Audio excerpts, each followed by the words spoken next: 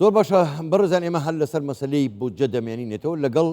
میوانی داهاتوومان قسەی زیاتر و پرسی زیاتر لەسەر بودجە زیاتر دەکەین و بانی تا چەند ئەم بودجەیە ئەگەر تێشپەڕێەوە چەند مادەیەکی تێپەڕێەوە بە مادەی 13شەوە تا چەند کورد دەتوانێت سوودی لێ بینێ ئەگەر عێراق پابەندی ئەو بڕیارانە یاخود یاسای بودجە بوو. میوانەکەمان زۆر بەڕێز دکتۆر سەردار قادر مامۆستای زانکۆ و شارەزایی دەستور ڕاستەوخۆ لە ئاستێدە لە لامانەکە دکتۆر گەلێک سوپاسمان دوو نەبێ ئەوە دەمێکە چەند کاتژمێرێکە لەگەڵمانن بەڕاستی ئەو شرۆڤانە پێویستی ینی شرۆڤکردنەکانی جەنابەت پێویستە بۆ لێکدانەوە لەسەر بڕگەکانی دەستور. بەڵام من پێشەوەی بێمە سەر پرسیارەکانی تر پرسیارێکی گشتی هەیە بەڕاستی کاک دکتۆر جەنابەت ئێوە پسپۆڕی یاسا و دەستورن پەرلەمان کە جێگەی یاسادانانە سڵتەی تەشریعیە ئەگەر بێت و خودی پەرلەمان خۆی دەستور پێشێل بکە هیچ ئومێدێک ئەو پەرلەمانە دەمێنێ وەکو ئەوەی کە کردویانە لە مادەی 62 دەستور ئەوە دەگەڕێتەوە بۆ پێشێلکردنی مەبدەیەک لەسەر ئەساسی دەسەڵات کە دائەنرێ سیستەمی سیاسی ئەوش جیاکردنەوەی دەسەڵاتەکانە. گرفت لە پەرلەمانی عێراقیە ئەوەیە ئەگەر حکوومەت لەسەر چوتەوەتەرێک بڕیاری دابێ سیاسەتی کردبێ پەرلەمان لەبەر ئەوی سیستەمەکە پەرلەمانیە درێژکراوی هەڵوێستی حکوومەتەکەیە. بەڵام گرفتەکە لە عێراق لەوەش تێپەڕی هەر سێ موەسسەسەکە بە یەک تەناغم بڕیاریان دەرەکرد پەرلەمان حکوومەت دەسەڵاتی قەزایی کە ئەمە لە هیچ شوێنێکی دنیادا نییە. بۆیە پەرلەمانی عێراقی لە زۆر ڕووەوە جێگەی ئەوەیە کە لۆمە بکرێ. چەندان مەسائلمان هەیە لە پەرلەمانە پرسیارێکی زۆر بەدیهی زۆر سادە ئایا پەرلەمان لە عێراق بە هەردوو وەزیفەکەی خۆی هەستا و یاسادانان و مراقبەکردنی دەسەڵاتی جێبەجێکردن بێگومان نەخێر لە ڕووی یاسادانانەوە چەندان بابەتمان هەیە کە مەوزوعێکمان هەیە لە قانونی دەستوریا پێوڵە الامتناع التەشریعی ئەنی تاسە نەی کردووە ئەنی خودی پەرلەمانەکە کە دەبووە چەند ساڵە پێی هەستێ ئەو پرۆژە یاسایە دروست بکە چاکی بکە نەی کردووە تاسە نەی کردووە ئایا چێ کەسیش نەهاتۆ شکاتی لێ بکە بۆ پێی پێویست لە ڕووی مراقبەشەوە پەرلەمان لەبەر ئەوەی تەواوکەری حکوومەت و یاخود بڵێن ئەو پەیامە سیاسی حکوومەت و دەسەڵاتی جێبەجێکردن و دەسەڵاتی قەزایە نەهاتۆ دەوری ڕقابەی پێویستیش بەسەریەوە ببینێت جا لەبەر هەر ئەوە تەوەقوع دەکرێت. زۆر باشە کاک دکتۆر یەک پرسیاری یەک معلومەی ئیزافیش بۆ جەنابەت یعنی پرسیارەکە ئایا مەسەلەی پەرلەمان لە عێراقا پرۆژە یاسایی داناوە داتاکەیە لە ساڵی 2014 بۆ 2010 لە 1970 پرۆژە یاساکانی پەرلەمانی عێراقی لە سوڵتەی تەنفیزیەوە چوو. زۆر ڕاستە ئاکام ئاماژەی پێدا ینی ئەو دەڵێ لە ماوەی 30 ڕۆژدا ئەگەر هەر جۆرە خلافێک ناکۆچیەکە بوو بەڵام ئەوەی مەترسیدارە ئەوان دەڵێن تەنانەت نابێت سەرۆکوەزیرانی عێراقیش بڕیار لەوە بدا هەر ڕاستەوخۆ ئەگەر هەر ناکۆچێک بوو بووچە و بوجێ خەڵکی کوردستان بە بڕێ ئەمە چی پێم بەڵام پێشەوە کاک دکتۆر ئەوە هاوکارانمان دەڵێن کۆبوونەوەی پەرلەمانی عێراق بە شێوەیەکی کاتی دواخراوە جارێ. بڵێ خۆی من مادەی چواردەم خوێندەوە پێش تۆزە لەوە پێش برگەی حوتی محاولە کراوە ئەو خلافەی بینی هەرێم و بەغا بکرێتە خلافێکی ئیداری. هەندێک جار هەیە خلافێکی ئیداری بە 15 ڕۆژ حەل نابێ بەس بە 30 ڕۆژ کاتێکاڵێ لیژنەیەکیش تەشکیل بکرێتە قەسەکەدا سەرۆکوەزیرانوان کاتە ئەمە لە مەسەلەی قانون دەرچووە لەژێر ڕۆشنایی بودجەکەیە بڕیار ئەدرێ ینی بۆتە قەزیەکی ئیداری بەس ئەو برادرانی کە ڕێگرن لە مەوزوعە ئەیانێ بە مجرد قەزیەکی ئیداری نەمێنێتەوە لەوێ بچێتە قەزیەکی سیادی قەزیەکی قانونی و مانە بۆ ئەوی بودجەکە هەمووی ببڕێ بۆیە لێرە ئەیانەوێ ئەو ڕایەڵە بمێنێ کە بە زووترین کات ئەوەی کە ئەیانەوێ بەهانەکە بە هەرێمی کوردستان بگرن چکە پێشتر ئەمەی بە زەقی تێدا بوو بەس ئەوەی کە ئێستا نووسراوە ڕاستە ئێمە شتێک بڵین ئێستا کە مادەی چواردە لە مەسلحەتی کورد نییە بە تەواوی بەڵام لێرە ئایا بەدیلی ئەوە چییە؟ بەدیلی ئەوەیە کە ئەبێت تۆ تێکی بدەی لە حکومەت بکشیتەوە لەگەڵ پرۆسی سیاسی عێراق نەبی ئەمەش چییە؟ ئەمەش ئەو شوێنەیە کە هەندێ لایەن لە ناو چوارچەوەی هەماهەنگیە یاخود لایەنێکی کوردی لەنە ئەو مەبەستیان ئەوێ بگاتە ئەو حەدە چکە ئێستا بەپێی هەموو راپۆرتەکان بێت چەندان راپۆرتی کە لە ئەمریکا لە فۆریان پەلسی و فۆریان لە فارزمانە بڵاو کارت و باسەوەکە کە عێراق لە لێواری کەوتنە سەرباخی ئەو بریقەی کە ئێستا ئەو پۆزی ینی ئەگەر ڕاژە ینی کە بەسەر ئێمە لای دەدەن ئێستا راپۆرتە نێودوڵەتەکان عکسی ئەوە ئەڵێ بۆیە ئەبێ ئێمە بزانین بە حکمەتەوە لەکوێ کار لەوانەیە ئەو نەسە لە مەسلحەتی ئێمە نەبێ منیش ئەڵم بە تەواوی لە مەسلحەتی ئێمە نییە بەڵام ئایا بەدیلی ئەوە چییە؟ بەدیلی ئەوە لەم کاتەدا زەریبەکەی زۆرتر ئەوە ئەو شوێنەیە کە ئەو لایەنانە ئەیانەوێ حتا بۆ نمونەیەکی لەو نمونانە ئاسایب ئەهلی حەق ئەڵێ من بە بودجەیەک پەسەند ناکەم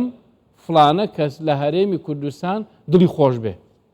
ئەنی پێشتر مووقفی نواندووە کە ئەبێ ما بێ فلانە لایەنیش ئەڵێ من لەسەر بودجەیەک ڕێگریەکەم بۆ ئەوی نەبێت تعاملی بە خۆت بۆ فلانە لایەن ئەنی کەواتە ئەو شوێنە کەواتە ئێمە پێویستمان بە جۆرێک لە حکمت هەیە ئەو حکمەتە لە مادەی چواردەیە تا ڕادێک ئەگەرچی لە هەندێک ڕۆژەوە زەرمان زۆر باش کاک دکتۆر سەرا بەڕاستی ئەمە یەک مەسەلی عەربی هێنایەوە بیرە مەری خۆشیانە دەڵێ ئەگەر کەروێشکە دەوێت ئەوە کەروێشک ئەگەر ئاسکیش دەوێت ئەوە کەروێشک یعنی ڕێک ئەمە وایە یعنی اعتراف نەکردنە بە حکوومەتی هەرێم ئەگەر بێت و تەفسیرێکی زمانی بۆ مادەی 14 بکەی ئەوەی کە لە لیژنەی دارایی بوو ئەوە بوو کە حکوومەتی هەرێمی کوردستان و قوارەی هەرێمی کوردستان مهدد بوو سەلاحیەتەکانی حکوومەتی هەرێمی کوردستان هیچ نەما بوو بۆیە لێرەیە حتا تەنانەت ئەوان من شکم هەیە لە مۆزوعێکی تریش بۆچی بودجە ئەوەنە دواخرا بۆچی ینی بۆ چۆنە داخرا و بۆ تەقانیانەوە بۆچی مەسەڵەن پەرلەم بڕیارەکەی دادگای فدرالی بۆ پەرلەمان من تقریبا چەند ڕۆژێک لەمە پێشش هەمان شتموت سەبارەت بە دادگای محکمەی فدرالی وتم من نواتەوە خۆعەکەم هەڵبژاردننی هەرێمی کوردستان مانگی 6 و 7 ساڵێکی تر بکرێ لەبەرەوەی هەدەفە بە هەدەف ئەو شتە ناکرێ هەرێمی کوردستان تووشی پشێوی و کەنچی توێمانە باش من پرسیارێکی عەرەزی بکەین هەندێک جار شکلیە هەندێک جار عیوبی شکلی بۆ قانونێک دەبێتەوەی قانونەکەەوە لا بنێ باشە ئەگەر ئاوا دواخرا بۆچی خستویانەتە ئێستا ئەبێین بکرێ من ئەمڕۆ بیستم کەوتیان 50 پەرلەمانتار لە حەجن باشە چێنە و 50 پەرلەمانتارانە ئایا ئەو 50 پەرلەمانتارە شیعەن یا سونەن من بەشکی ێزانم لەوانێ ئۆفەرەکە بۆ سونەکان بێ بۆی لە هۆڵی پەرلەمانە 50 سەوتی زۆرە ئەو کاتە چی ئەمێنێتەوە کورد ئەمێنێتەوە کەواتە ئەوان بە پەیامێکی تر ئەگەن کورد عاملی وەستاندن یاخود درەنگخستنی بودجێ عێراق حکوومەتی عێراق حکوومەتی هەرێمی کوردستان عاملی ناسەقامگیریە لە هەنەبێ لەڕێگەی ینی بۆچی کوردیش ناشرم کرد بەڵام ئێستا هەدەفەکەلەیەکیش دەخۆمان بکەین لەویستم پرسیارە بکەم ینی کوردیان وەکو علاگەیەک لێ کردووە هەموو کێشەکانی خۆیانی پیا هەڵەواسن بۆ ئەوەی هەم لە ڕێگای میدیاوە هەم شەقامی عێراقیش دژی کورد بجوڵێن بڵێنەوە خەتای کووردە هەرچی نەهامەتیەک بەسەر عێراقا دێ ئەوە کووردە و تا نایەن بجەش تێپەڕێ بەڵام مقابلی ئەوە بۆچی لایەنە کوردستانیەکان هیچ هەڵوێستێکیان نییە بەیان نامەیەک نییە کۆنفرانسێکی ڕۆژنامەوانی نییە مەبەستمەوەی بە زمانی عەرەبی قسە بکرێ بۆچی شتێکی وان نییە ینی وامان لێ هاتۆ ئێمە ڕاوەساوین و ئەوانیش باهۆسی خۆیان دەڵێن هەموو شتێک خەتای کووردە خۆی توانی لێک شتەکوی کێنەوە ئێمە منهەجێکمان هەیە لە تحلیلی ئەو شتان پێڵەن منهەجی بینایی وەظیفی باسی تحلیلی جەماعەتی سیاسیشت بۆکە یەکێ لەو شتانی کە بگەیتە ئەو هەدەفی جەنابدەوەیە کە ئایا چەند پارتە سیاسەکانی هەرێمی کوردستان بەرژەوەندی گشتیان لەسەر و بەرژەوەندی تایبەتەوە باشە ئەمەمان نییە نیمانە باشە لە کوردستانە چەند پارتی سیاسی لای خۆمان تەسلیم بە لوعبەی دیموکراسی بووە جۆنە ئێمە هەمووان ئەڵێن من ئاغا و تۆ ئاغا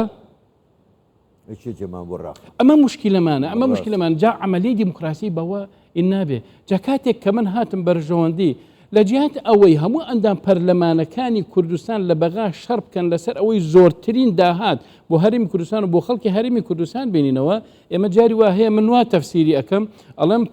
هەڵبژاردنەکانی هەرێمی کوردستان خەڵک هەندێک ئەندام پەرلەمان هەڵ ئەبژێرێ بە ناوی کوردەوە بە ناوی ئەندام پەرلەمانەکانی هەرێمی کوردستانەوە بۆ ئەوەی بچن لە بەغا و دژایەتی حکوومەتی هەرێم بکەن بەڕاستی منطقێکی ئەن چەند ئەندام پەرلەمانمان هەیە مثلا هەندێک پەرلەمانمان هەیە ئەوەندەی کە دژایەتی حکوومەتی هەرێم و هەندێک خۆمە ئەوەندە بە دوای دەستکەوتەکانەوە نییە کە لێ زیاتریان بکە ڕاست. بەڵام ئەم قسەی منیش ئەوە ناگەێنێ کە ئێمە لە هەرێمی کوردستان هەموو شتەکانمان پێرفێکتە شامی شیری شەریفە ئیتر هەموو شتێک تەنها یاسای چاکسازی لە هەرێمی کوردستان بەڵگەی ئەوەیە کە ئێمەش باشمان نەکردووە لە هەموو ڕوویەکەوە بەڵام ئەوە ناگەێنێ کە من هەرێمی کوردستان فەزلی نەدەم بەسەر ئەوی تردا